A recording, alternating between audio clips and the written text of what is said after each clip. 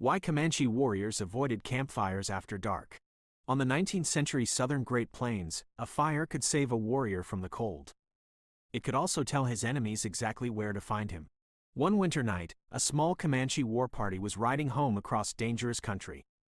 The temperature was falling, their horses were exhausted, and the men had not eaten a hot meal since the previous day. They needed warmth and rest. But somewhere beyond the dark horizon, other riders might already be searching for them. The warriors faced a brutal choice: build a fire and risk being seen, or enter the freezing darkness with no flame at all. They chose the darkness.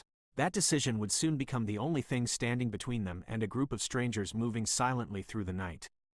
During the 19th century, Comanche territory stretched across a vast region of the southern Great Plains. This world included open grasslands, river valleys, broken hills, and long distances with little cover. Weather could change quickly. A warm afternoon might be followed by a bitter night, especially during the colder months. Strong winds crossed the plains almost without interruption, carrying sound, smoke, and scent far beyond a campsite. For a family camp in secure territory, fire was essential. It provided heat, cooked food, supported daily work, and held social and ceremonial importance. But a small group traveling through contested country faced a different problem. Comfort had to be weighed against concealment. The returning warriors knew that a flame did more than create warmth. It created information. Light could be seen from a distant ridge. Smoke could remain visible against the sky after sunset. The smell of burning wood or heated meat could travel downwind. Even after the men departed, warm ash and blackened earth could tell a skilled tracker that someone had recently stopped there.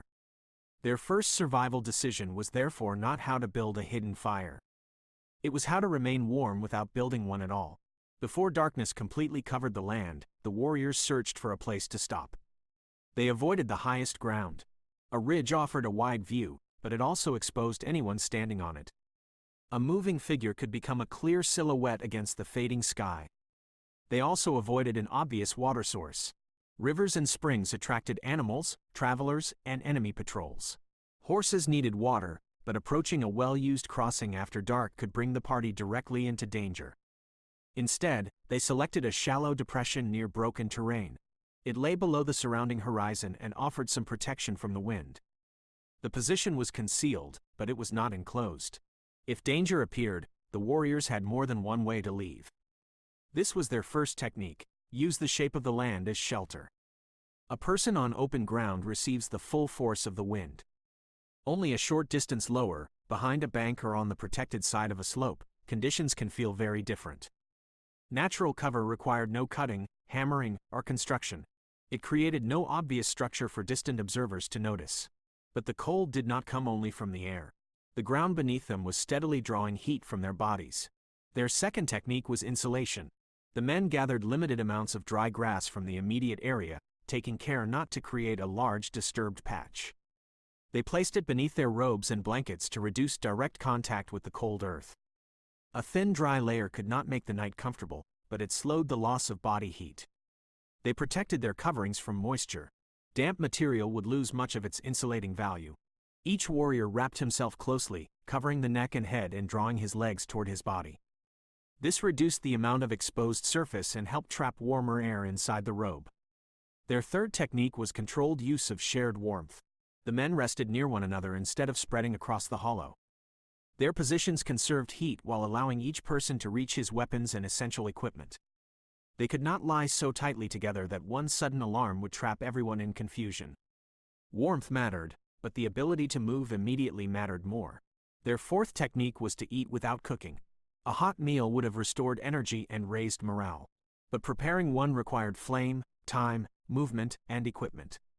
The smell of heated meat might travel farther than the warriors could see. Instead, they ate portable food prepared before the journey. Dried meat required no cooking and produced little waste. The meal was small and practical.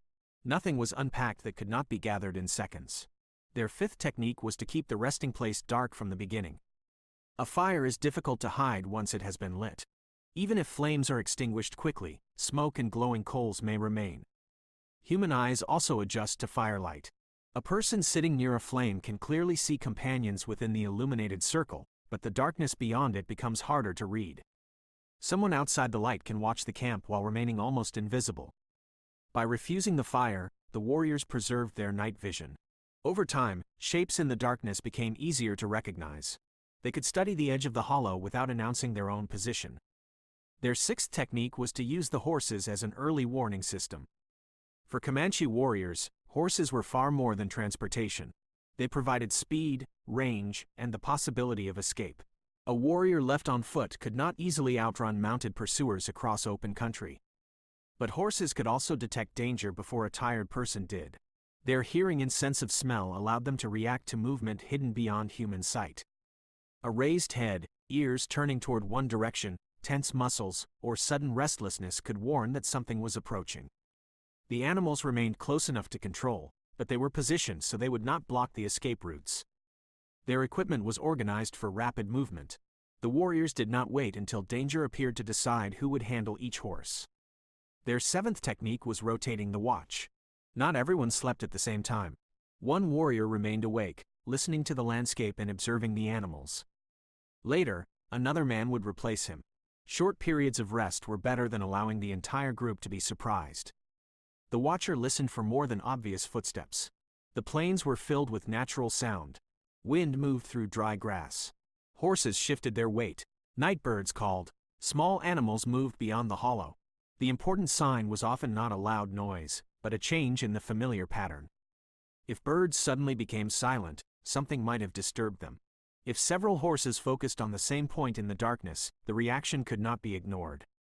If the wind carried an unfamiliar scent, the party needed to be ready before its source became visible.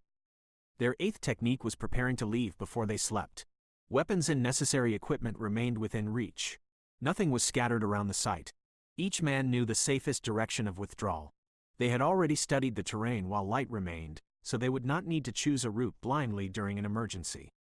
These preparations offered no warmth and created no comfort. Their value would become clear only when the night turned dangerous. Hours passed.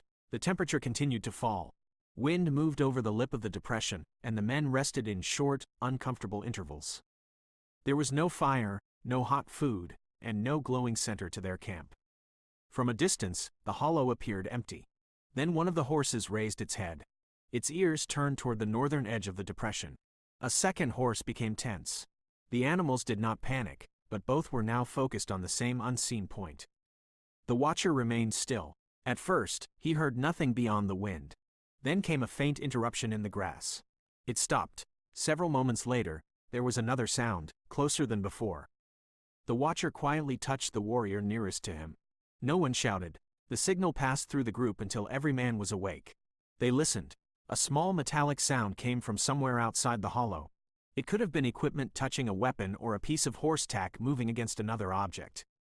Whatever produced it was not far away. The Comanche warriors could not see how many strangers were approaching. They did not know whether they had been discovered or whether another party was simply passing through the same ground.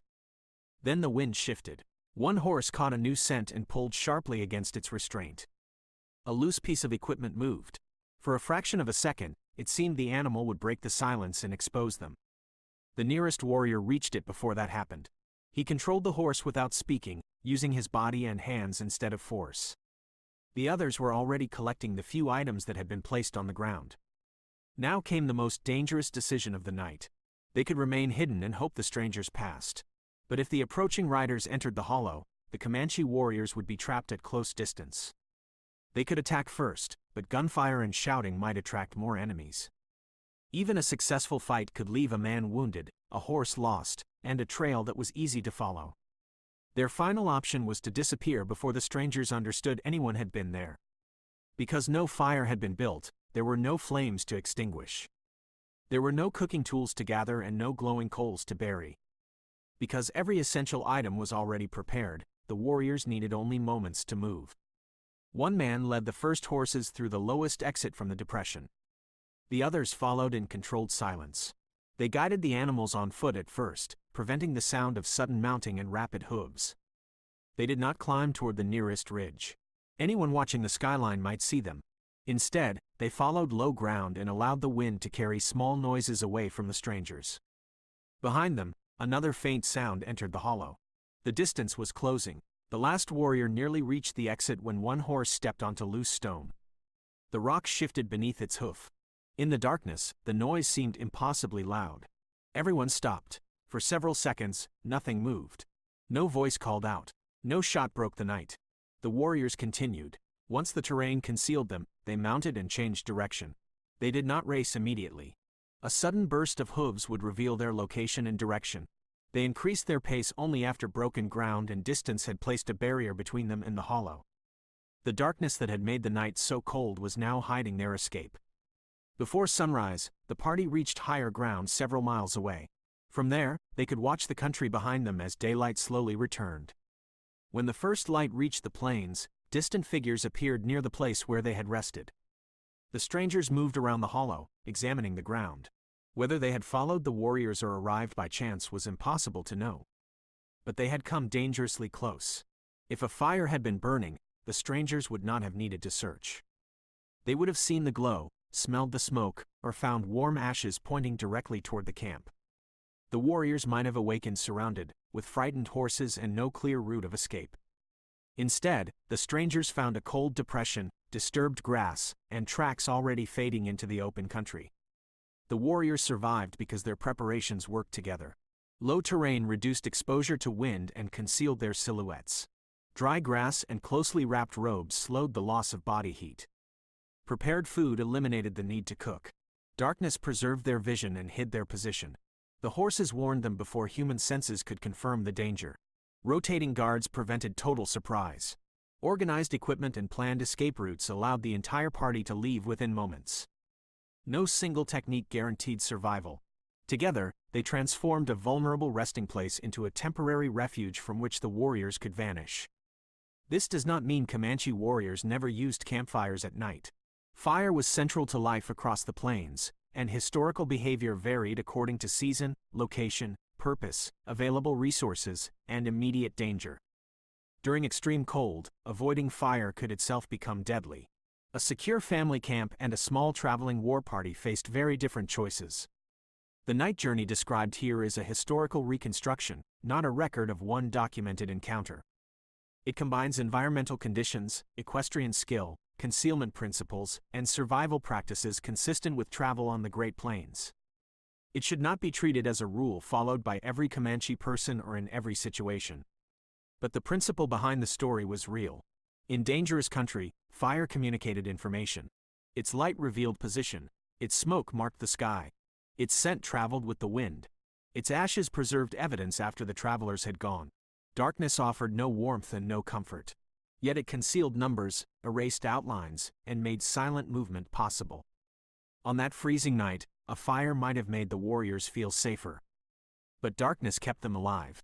In the next story, a Comanche warrior faces an even greater disaster, losing his horse far from home while unknown riders move through the country behind him. Why Comanche warriors avoided campfires